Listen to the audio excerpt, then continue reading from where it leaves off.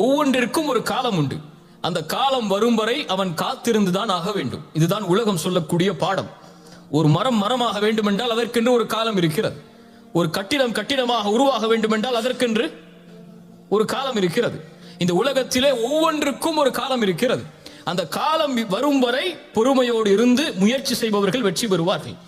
இன்றே நடக்க வேண்டும் என்று நினைப்பவர்கள் கவலையையும் துன்பத்தையும் தன்னுடைய வாழ்வில் இணைத்துக் கொண்டே நகர்ந்து கொண்டிருப்பார்கள்.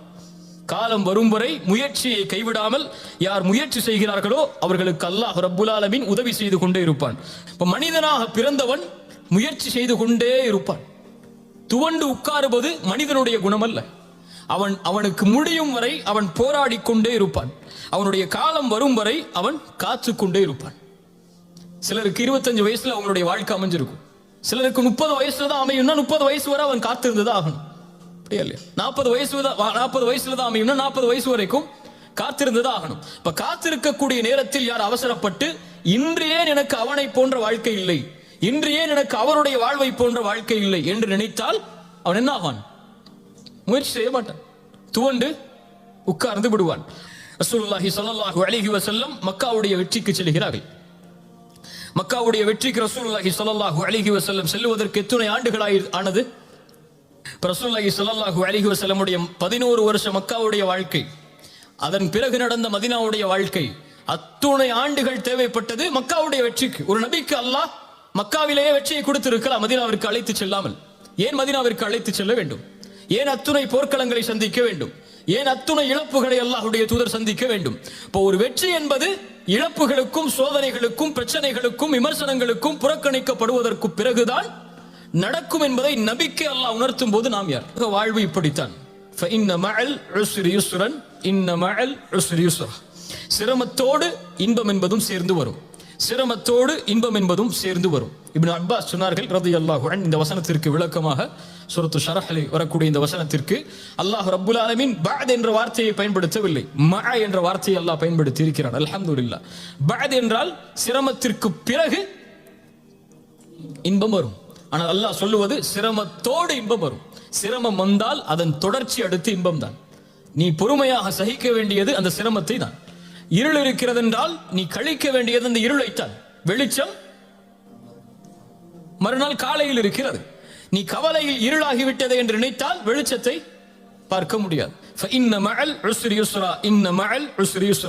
இதைத்தான் அல்லாஹ் ரப்புல் ஆலமீன் நபிமார்களுக்கும் பாடமாக புகட்டினான். சூரா யூசுஃபுடைய 110வது வசனத்தில் அல்லாஹ் சொல்கிறான், ஹத்தா இதஸ்தைஅஸ الرسل وظنوا انهم قد كذبوا. நபிமார்கள் அழைப்பு பணி செய்கிறார்கள். நபி நூஹ் அழைப்பு பணி செய்கிறார். இறைவனின் பக்கம் மக்களை அழைத்துக் கொண்டே இருக்கிறார். ஆனால் மக்கள் எல்லோரும் அவர்களை வெறுக்கிறார்கள், புறக்கணிக்கிறார்கள், பொய்யர் என்கிறார்கள், சூனியக்காரர் என்கிறார்கள்.